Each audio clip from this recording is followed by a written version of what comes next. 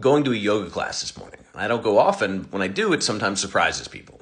Remember, I was in a class a couple years ago. This person knew me from the internet, came up after the class, shook my hand and said, "Man, how did you go from being in prison to taking yoga? Like, how did you change your mind so much?" And I kind of laughed because I knew where they were going with it. I said, "Well, I actually used to teach yoga in prison." And their jaw just dropped and they were so amazed because they couldn't imagine that being possible.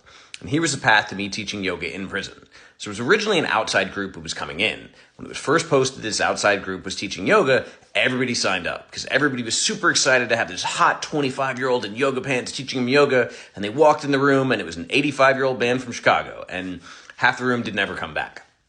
But the other half stayed and they were interested and they were engaged and they kind of grew in deep in their practice and more people came. And again, it wasn't for everybody, but the people who were there definitely benefited from it. And some of them even started to identify with it, like see themselves as yogis. That's what they were doing.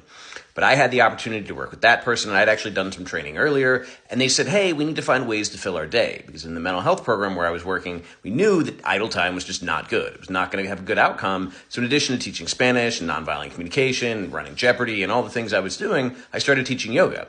Then I started teaching beginner and intermediate yoga. And I started having guys who were really dedicated, who were excited, who would come and ask me about classes. It was an awesome opportunity because I was able to take the things that I had learned and the things that were beneficial to me and pass them on to others.